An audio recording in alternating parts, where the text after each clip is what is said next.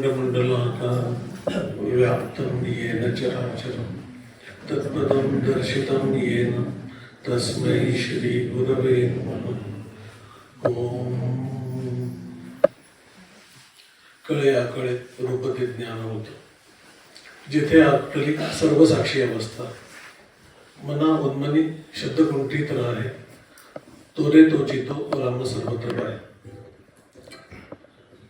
महाशिवरात्रीच्या विशेष दिवशी आपण इथे उपासनेला जमलेलो आहोत। दिवस विशेष आहे असं म्हणत असताना त्या दिवसाबद्दलचा आपला भाव विशेष आहे, म्हणून तो दिवस विशेष आहे। नाहीतर सगळेच दिवस विशेषच असतात ऍक्च्युली, पण आमचा भाव हा विशेष नसतो, तो रुटीन नसतं। आणि माणसाला जनरली नित्यकर्मामध्ये फारसा इंटरेस्ट नसतो। म्हणजे रोज अभ्यास करा असं सांगितल्यानंतर चालत नाही।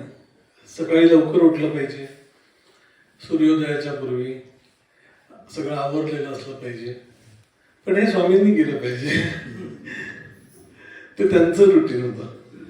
आम्हाला तसा रोज करावं असं म्हटलं की आम्हाला वाटत नाही। मग दिवाळीच्या दिवशी तरी लवकर उठा, मग त्याचं कौतुक असतं, सेलिब्रेशन। म्हणून माणूस हा उत्सवप्रिय प्राणी आहे। तसं महाशिवरात्र हे ओकेजन आम्हाला भगवान शंकरांबद्दलचा जो भाव आमच्या मनात एरवी थोडासा प्रसुप्त स्वरूपात आहे, तो थोडासा त्याला बूस्ट मिळावं। ज्या काही उपासना आम्ही करतो आहोत त्या आम्ही थोड्याशा अलर्टनेसने कराव्यात, म्हणून आम्ही त्याचा वापर करतो आणि ते जरूर आवश्यक पण आहे, करायला पण पाहिजे, करतो पण आहोत।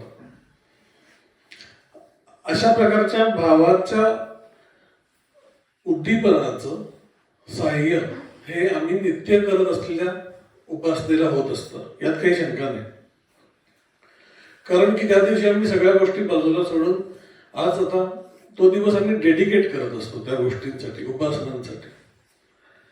म्हणून उपास पण करतो, उपासाचे पदार्थ पण वेगळे ठेवतो, कारण की एक तो दिवस विशेष आहे हे आम्हाला पुन्हा पुन्हा अंतःकरणावर रजिस्टर करून पाहिजे असतं। आणि मग त्या उद्दीपित भावाने जी काही ध्यानसाधना पण होते, ती ध्यानसाधना पण थोडी विशेष होते, कारण मन त्यावेळेला एरवीचे खळखळ करत असतं ध्यानाला बसायला, ते त्या दिवशी कमी करतं, त्या भावाचं सहाय्य घेतं।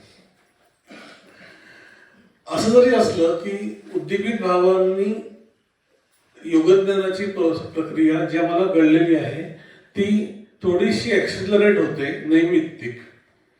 त्याचा संस्कार घेऊन मन पुन्हा व्यवहारात येतं आणि पुढच्या दिवशी किंवा त्याच्यानंतर आम्ही जे रुटीनची साधना करतो त्याला एक थोडंसं बूस्ट मिळाल्यासारखं वाटतं आणि तसं होत पण असतं।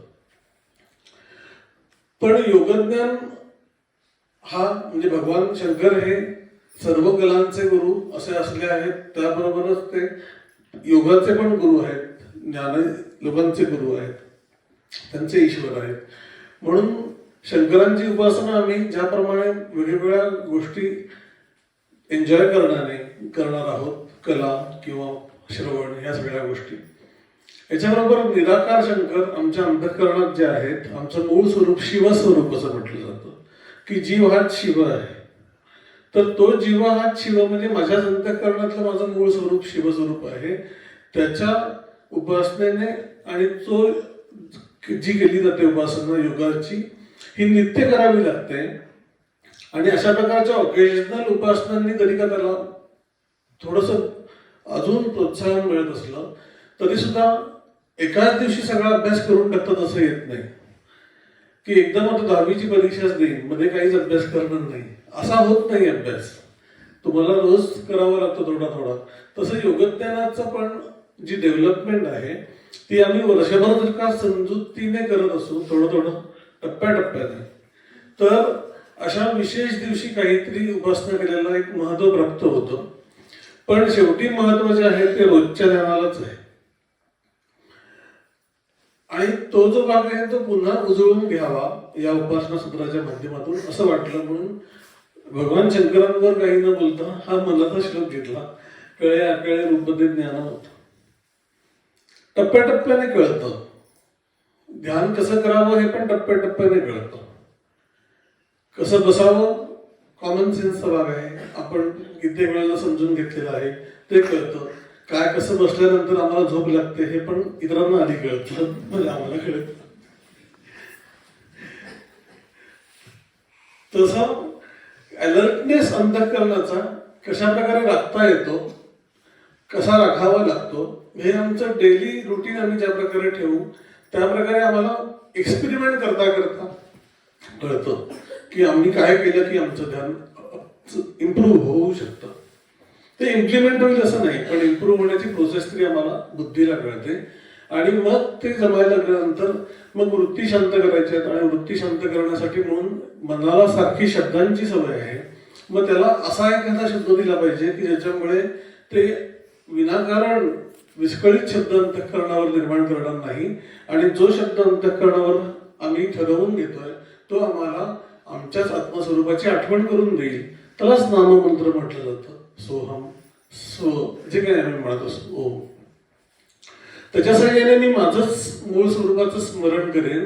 हे ज्ञान आधी बुद्धीला कळतं. कळे अकळे रूपते ज्ञान होता. याच्यामध्ये रूप याचा अर्थ स्वरूप. आधी या आधीच्या श्लोकांमध्ये समर्थांनी नभासारिके रूप या राघवाचे असं म्हटलंय. नभासारखं म्हणजे आकाशासारखं राघवाचं रूप आहे. म्हणजे काय तर आकाशाला ज्याप्रमाणे कुठलाही आकार नाही, ते सर्वव्यापी आहे, तसं ते स्वरूप पण सर्वव्यापी आहे. समर्थांचे शब्द पण सुंदर आहेत. अतिजीर्ण विस्तीर्ण ते रूप आहे. जीर्ण आहे, ते जुनं आहे खूप.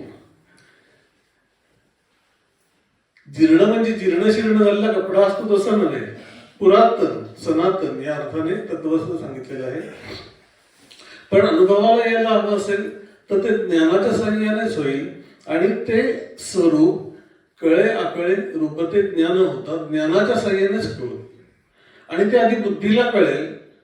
आणि हळूहळू प्रक्रिया नुसता बुद्धीला विचार कळला म्हणजे स्वरूप अनुभवाला आलं असं नव्हे. त्याच्या साहाय्याची जे अप्लाय करणं आहे माइंड आणि इंटेलेक्ट, हे अप्लाय करता करता हळूहळू कळेल की नक्की ते स्वरूप आहे तरी कसं. आणि मग ते आकळे म्हणजे आकलनाच्या कक्षेत येतं. म्हणून ती द्विरुक्ती नाहीये. कळे आकळे कळतं. आधी रजिस्टर होतं बुद्धीला की ध्यान करताना हळूहळू अंतःकरण सर्व वृत्ती सोडतं, स्वपाशी राहायचा प्रयत्न करतं. आणि मग त्याला हळूहळू स्वची जाणीव, आपली शुद्ध जाणीव कळायला लागते. आणि मग ती होल्ड करायची कॅपॅसिटी निर्माण होते काही काळ. शब्दांच्या म्हणजे मंत्राच्या सहाय्यानेच ते होत असतं. ते रूप, रूप म्हणजे काय तर कॉन्शियसनेस. तिथे कुठलंही रूप नाहीये. मी स्वामींनी हे खूप वेळा आपल्याला घोटून बघून घेतलेलं आहे की रूप नाहीये. स्वरूप असं म्हणत असलं तरी तिथे रूप कुठलंही नाहीये.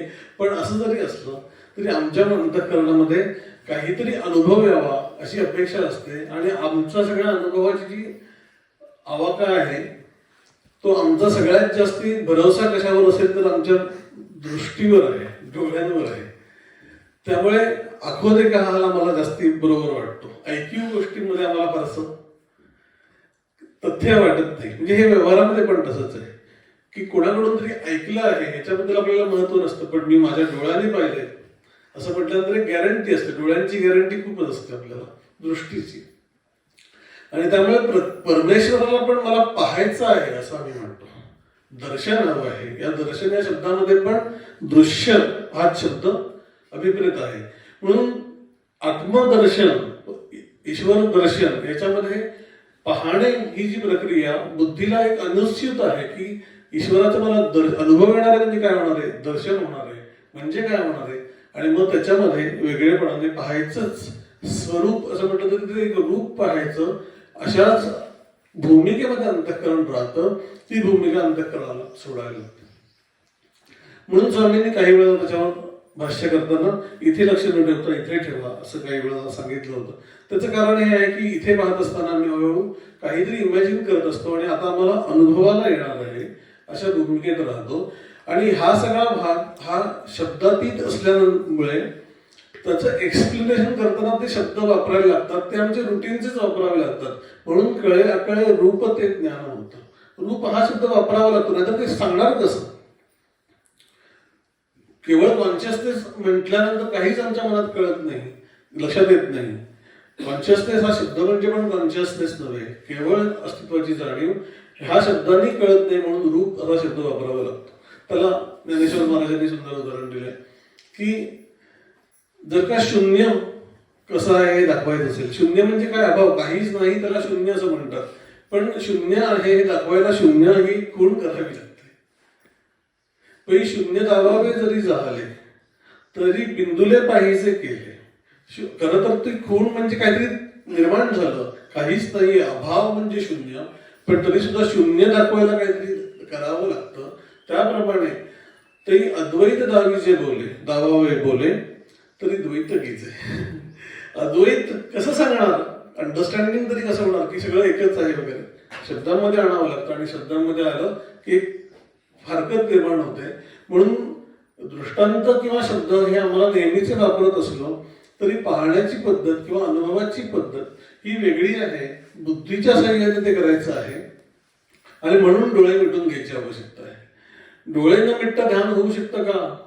फार ऍडव्हान्स स्टेज आहे. जसं रमण महर्षींबाबत ते पॉल ब्रंटनचं लक्षात आलं की ते बाहेर बघतायत पण कुठेच बघत नाहीयेत वगैरे. तर त्या गोष्टी आपण थोड्याशा बाजूला ठेवू. पण अशा प्रकारे दृष्टीच्या साह्याने किंवा इंद्रियांच्या साह्याने अनुभव घेण्याची आमची जी टेंडन्सी आहे तिला बंद करण्यासाठी म्हणून बुद्धीने हळूहळू जाणून घ्यायच्या भूमिकेमध्ये येणं. आणि त्याच्यामध्ये आणि त्याला काय कळतं बुद्धीला? पहिल्या बुद्धीला स्वामी असं म्हणत की पहिलं कळतं की पायाला मुंग्या येतात. पहिला अनुभव ध्यानातला काय? तर पायाला मुंग्या येणे हा पहिला अनुभव. त्याच्यातून हळूहळू एक एक प्रॉब्लेम सॉल्व्ह करता करता करता उद्दिष्ट काय आहे? तर उद्दिष्ट आहे की आमच्या स्वरूपाची अस्तित्वाची शुद्ध जाणीव समजून घेणे, हे उद्दिष्ट आहे. सुरुवातीला तरी एक टप्पा तरी हा नक्की आहे. कारण तोपर्यंत मन वेगवेगळ्या वृत्तींमध्ये खेळत आहे, अनरिलेटेड थॉट्स येत आहेत, तरी आम्हाला कंट्रोल होत नाहीयेत.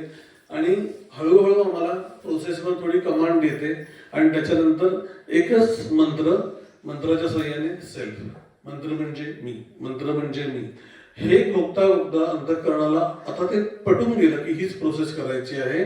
आणि मग हळूहळू ती धारणा पण बाजूला ठेवून त्याला केवळ मी याची शुद्ध जाणीव अंतःकरणाला रजिस्टर झाली एकदा, त्याच्यावर पुन्हा येता येणं दरवेळेला शक्य होईल असं नाही, पण किमान कळलं की शुद्ध जाणीव म्हणजे ही आहे.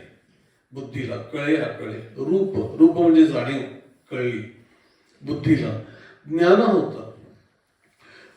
ज्ञानाने स्वतःचं स्वरूप समजून घ्यायचं आहे, मूळ स्वरूप असं जरी असलं तरी ते स्वरूप समजण्यासाठीची जी माध्यम आहे ते स्वस्वरूपाची जाणीव हे आहे.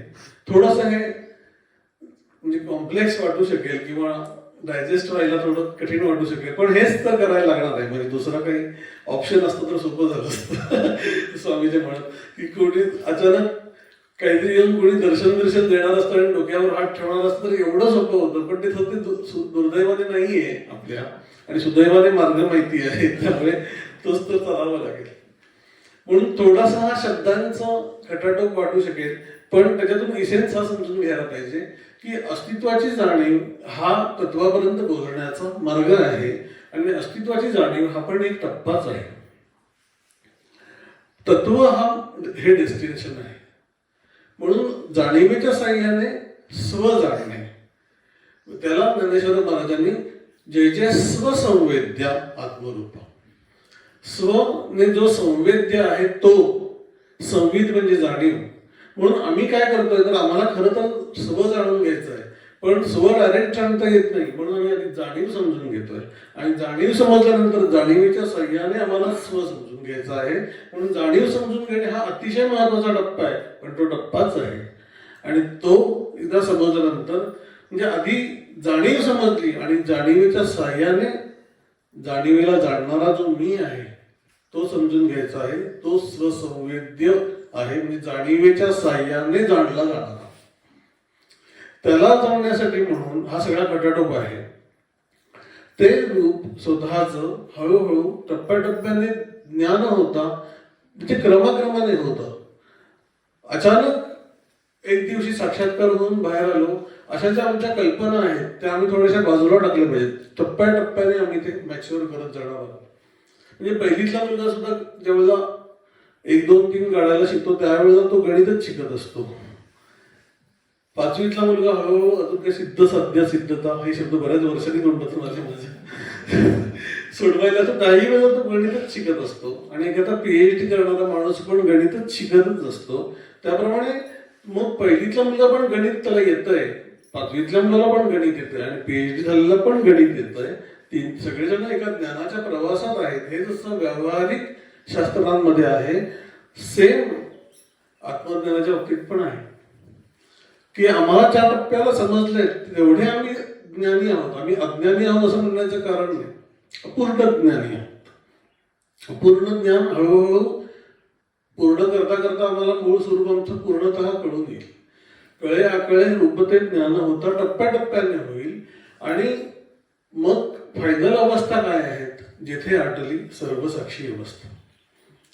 शब्द पण सुंदर वापरले, जिथे आटली, आटून गेलं. काय आटून गेलं? सर्वसाक्षी अवस्था. आम्हाला ती सर्वसाक्षी अवस्थाच अजून अनुभवायची आहे. असू देत. सर्वसाक्षी अवस्था कशाच्या साहाय्याने निर्माण होईल की आधी अंतःकरणात वेगवेगळे विचार निर्माण होत आहेत आणि त्याच्यावरून हळूहळू ते कमी करता करता मंत्राच्या साहाय्याने जाणीवेवर राहायचा प्रयत्न होतोय. आणि जाणीवेवर राहायला एकदा का जमायला लागलं किंवा जे काही आम्ही आलंबन घेतलं आहे, मंत्र हे आलंबन आहे, मंत्रावर राहायला जमायला लागलं, मंत्राच्या साहाय्याने हळूहळू जाणीव समजली आणि जाणीवेवर राहायला जमायला लागलं की मनामधले बाकीचे थॉट्स किंवा इतर विचार प्रवाह हे सगळे लगेच थांबून जातात अशातला भाग नाही. ते टप्प्याटप्प्याने कमी होतात, काही काळ कमी राहतात. पण विचार निर्माण करणं हे चित्ताची स्वाभाविक प्रवृत्ती आहे. मन त्याशिवाय जिवंत राहू शकत नाही. म्हणून ते जाणीव समजून घेतं, त्याच्यानंतर त्याला स्वतःच ते स्वतःला अप्रिशिएट करतं की समजलं आपल्याला. आणि ते समजल्यानंतर आता आपल्याला शांत आपण झालो आहोत हे पण स्वतःकडे ते डायरीमध्ये जशी नोंद करावी तसं ते एका बाजूला नोंद करत असतं सगळ्या गोष्टींची. ध्यान जमत नाही याची पण नोंद होते, त्याच्याबरोबर ध्यान जमतंय आता आपल्याला, आज पाऊण तास बसता येतंय याची पण नोंद करते. आणि असं करता करता एका बाजूला जाणीव कळलेली आहे आणि एका बाजूला अशा प्रकारचे बुद्धीचे आणि मनाचे व्यापार चाललेले आहेत, ते पण अंतःकरणावर रजिस्टर होत आहेत.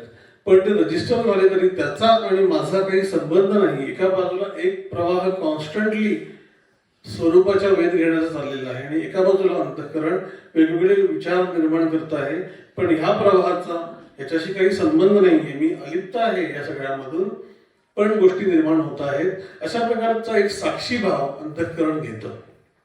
काही वेळा तो ठरवून घ्यावा लागतो. अंतःकरणाच्या वृत्तीचा प्रवाह कमी करण्यासाठी असं ठरवावं लागतं की ते स्वामींनी ध्यानयोग प्रक्रियेमध्ये म्हटलंय की प्रतिसादी ना प्रतिकारी, उगान राहे निर्विकारी, राहे वृत्ती व्यापारी साक्षीत्वाने.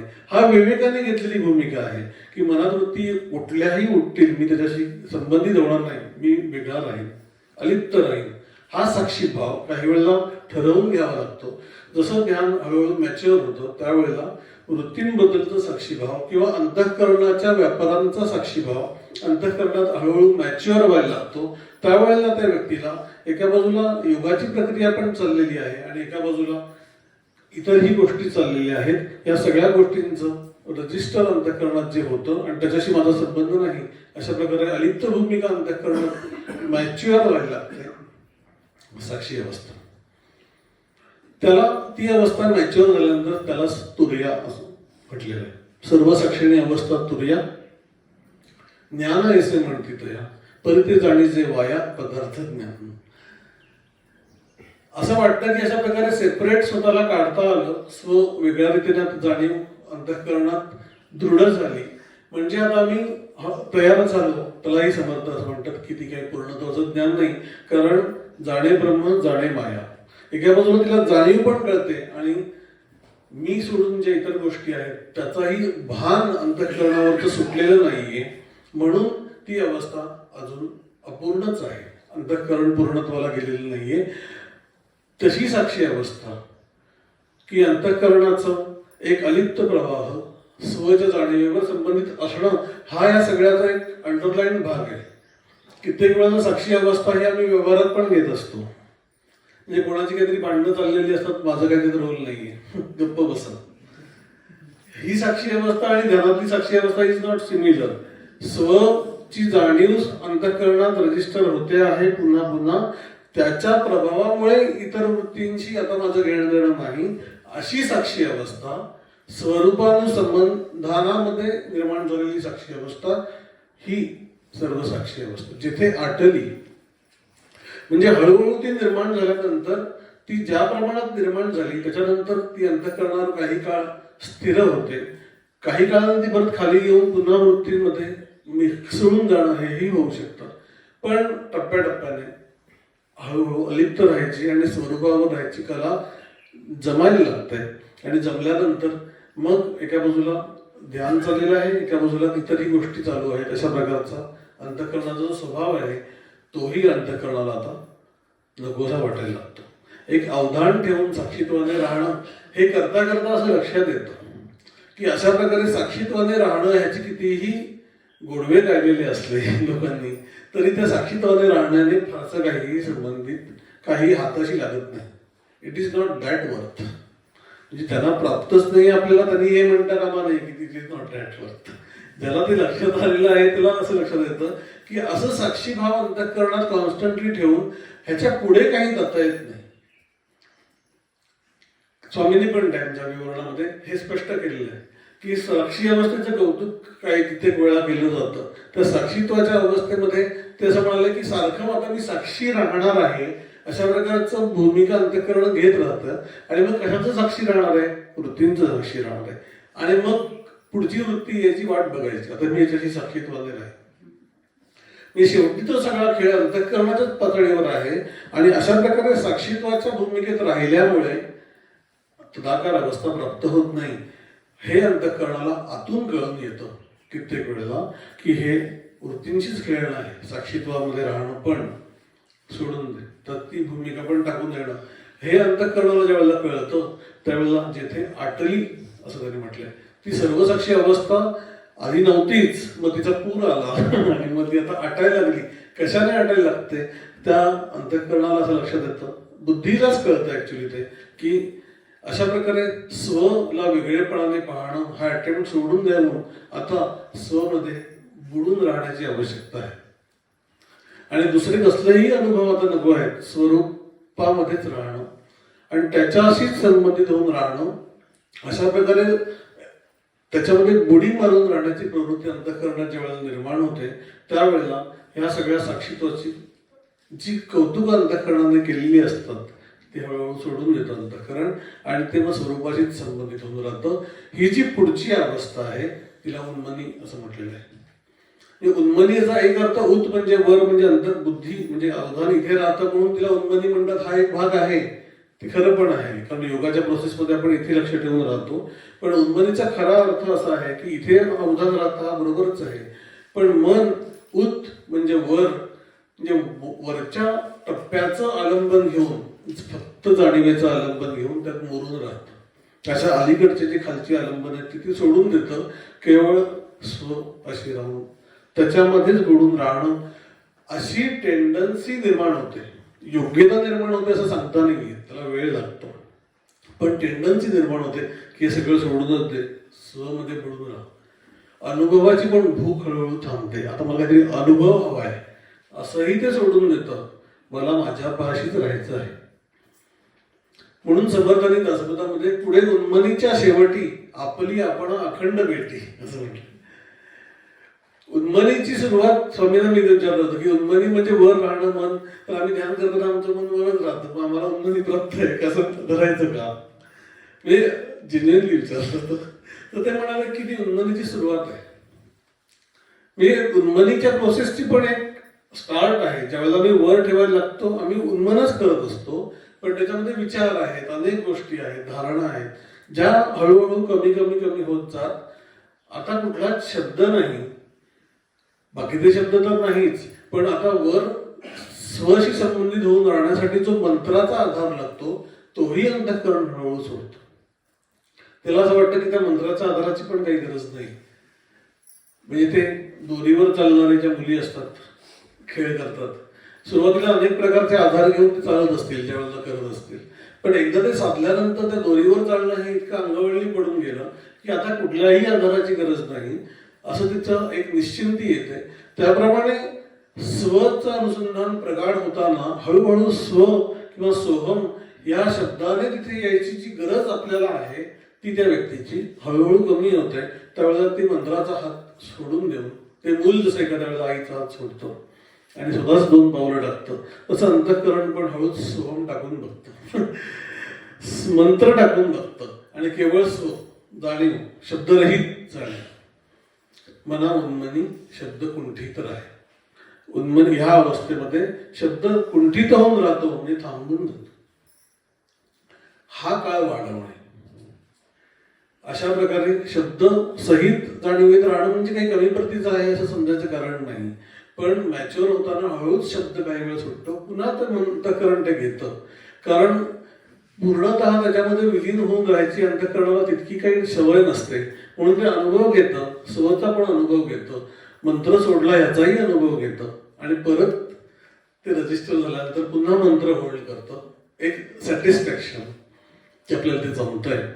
असे अनुभव रजिस्टर करता करता हळूहळू ती जाणीव ज्या वेळेला सदोदित अंतःकरणात राहायला लागते, त्यावेळेला जी शांत अतिशय अवस्था की ज्याच्यामध्ये केवळ अस्तित्व आहे, माझं अस्तित्व असंही म्हणायचं कारण नाही, माझं असं एक वेगळेपणा उरत नाही, केवळ अस्तित्व मात्र. मग त्याला माझं अस्तित्व म्हणा, ईश्वराचं अस्तित्व म्हणा, शिवस्वरूप म्हणा, पण केवळ एक प्रशांत अस्तित्वाच्या जाणीवेचा फ्लो अंतःकरणात निर्माण व्हायला लागतो. आणि ज्या वेळेला मी त्याचा वेध घेतो आहे, अशा प्रकारे ध्यानाच्या प्रोसेसची एक वेगळं जी सवय असते आपल्याला किंवा वेगळं ते भान असतं, तेही अंतःकरण सोडतं की मी आता वेध घेतोय, मी ध्यान करतोय, हे सुटून केवळ ध्यानामध्ये अंतःकरण रमायला लागतं, ध्याता ही भूमिका सोडून. त्यावेळेला जे शुद्ध अस्तित्व होतं, तो रे तोची तो, तोच, असं समर्थाने तो शब्द वापरला, तोची तो राम सर्वत्र पाय. वेगळा काही राम बिन नाही असं मानू नकोस. ते जे जाणवतं त्यावेळेला शुद्ध अस्तित्व स्वतःच तोच राम आहे, तो रे तोची तो, हे समजून घे. राम सर्वत्र पाय ते आतमध्ये ध्यानामध्ये समजून घे पहिली गोष्ट. आणि ध्यानामध्ये कळल्यानंतर हळूहळू त्या ध्यानामध्ये झालेल्या योगज्ञानाचा संस्कार अंतःकरण कॅरी करतं व्यवहारात. आणि ज्यावेळेला जर आठवण होते त्यावेळेला ते पुन्हा स्वरूपाशी संलग्न होण्याचा एक अटेम्प्ट करून बघतं व्यवहारामध्ये पण, की आत्ता जमतंय का बघू. मग त्याला कळतं की तितकं नाही जमतंय, पण मग कशाने ते जमेल. अशा प्रकारे अंतःकरण एक स्वतःशी खेळ मांडतं आणि तो खेळ हळूहळू ज्ञानाची, मग ते ना आम्ही ध्यान करत होतो आणि इतका वेळ उपासना करतो असं बंधन नाही होत. कालच मी कलावती आईंचं एक बोधामृत नावाचं पुस्तक आहे, कोणी वाचलं असेल म्हणजे वाचायची शक्यता असेल तर नक्की वाचा.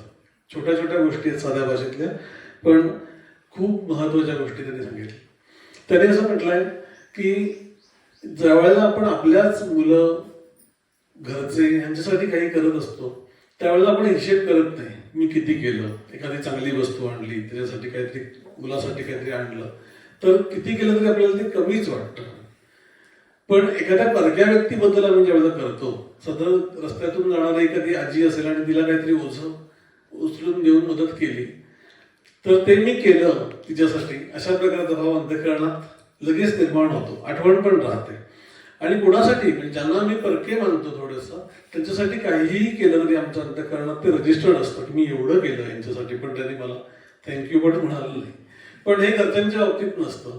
हे उदाहरण घेऊन त्यापुढे म्हणाले की तसं आम्ही ईश्वरासाठी किती ध्यान करतो, किती उपासना करतो, किती नाम घेतो, किती भजन करतो, असे आम्हाला जे आठवत असतं त्याचं मूळ कारण अजून आम्ही ईश्वराला परक म्हणतो असते. जर त्याला स्वतःच मानलं असतं तर आम्ही एवढा हिशेब नसता केला. ठीक आहे, म्हणजे जे काय आहे. पण अशा प्रकारे अंतःकरणाला ज्या वेळेला आत्मस्वरूपाची गोडी प्राप्त व्हायला लागते त्यावेळेला ते चित्त उपासनेच्या कर्माचा हिशेब नाही ठेवत. याचा अर्थ कधीच केलं नाही आणि हिशेबच नाही ठेवला असं नव्हे की पाऊण तासाचा हिशेब नाही ठेवणार याच्यापुढे मी, असं नाही म्हणत. पण तेवढ्यापुरतीच ध्यान आणि इतर वेळेला व्यवहार असं न उरता ते एक चाळा निर्माण झाला अंतःकरणाला. पुन्हा पुन्हा आत्मस्वरूपाची गोडी म्हणजे काय, शांत राहायची गोडी चाखायला शिकतं. आणि मग ते इतर व्यवहारांमध्ये सुद्धा असताना त्या स्वरूपाच्या तालामध्ये असतं आतमध्ये, त्याचा रिदम तो फारसा बिघडत नाही. आणि मग ते राम सर्वत्र पाहे म्हणजे काय हे हळूहळू अंतःकरणाला समजायला लागतं. त्याच्या प्रकाशामध्ये व्यवहार पण व्हायला लागतो. तर एकूण ध्यानाची प्रोसेस आणि हा सगळा भाग सूक्ष्म आहे. थोडासा काही वेळा ते ऐकता ऐकता फटीक वाटू शकतो बुद्धीला, पण तसं झालं तरी सुद्धा बुद्धीला 2 पावलं चढायला लावणं की समजून घेण्यासाठी. कारण सूक्ष्मात जेवढं जाऊ तितकं बुद्धी नाही म्हणते, मन नाही म्हणतं. पण शिवस्वरूप आम्हाला केवळ अशा प्रकारच्या भावनेच्या अंगाने त्यांची उपासना करण्यापेक्षा कॉन्क्रीट जर काही हाताला लागायला हवं असेल तर आत्मज्ञान हे आहे. आम्ही शिवस्वरूप होऊन जाणं हे सगळ्यात महत्वाची गोष्ट आहे. आणि तोच तर प्रॉब्लेम आहे. आम्हाला शिवाचं दर्शन घ्यायला आवडत असतं, वेगळ्या गोष्टी करायला आवडतात, पण तूच शिवस्वरूप होऊन राहा, नको पुढच्या शिवरात्रीला बघू असं वाटतं. ह्या जो मनाचा इनर्शी आहे तो काढणं. आणि त्याच्यासाठी ज्ञानेश्वर महाराजांनी असं म्हटलं की चैतन्याच्या पोवळी माझी आनंदाची आरावळी, श्री गुरुलिंगा ढाळी ध्यानामृत. म्हणून शिवशंकर सगळीकडेच आहेत, या स्थानावर ते विशेष आहेत, या डोंगरराजीवर विशेष आहेत, पण ते आतमध्ये आहेत हे सगळ्यात विशेष आहे. आणि ते त्याच्यावर सतत ध्यानामृताचा अभिषेक होत राहणं हे महाशिवरात्रीच्या निमित्ताने आम्ही पुन्हा एकदा करतो आहोत, रोज करू असं संकल्प या निमित्ताने आपण करू. जे काही बोलणं झालं ते स्वामींच्या चरणी अर्पण करून मिळतं. हरि ओम. सदा सर्वदा योग तुझा घडावा, तुझे कारणी देव माझा घडावा, उपेक्षू नको गुणवंता अनंता, रघुनायका मागणे हीच आता, उपासनेला तुझा व्हावे, भूले वसंतांचे सदा नमावे, सत्कर्मे उभे वय घालवावे, सर्वांमुखी मंगल बोलवावे. जय जय रघुवीर समर्थ.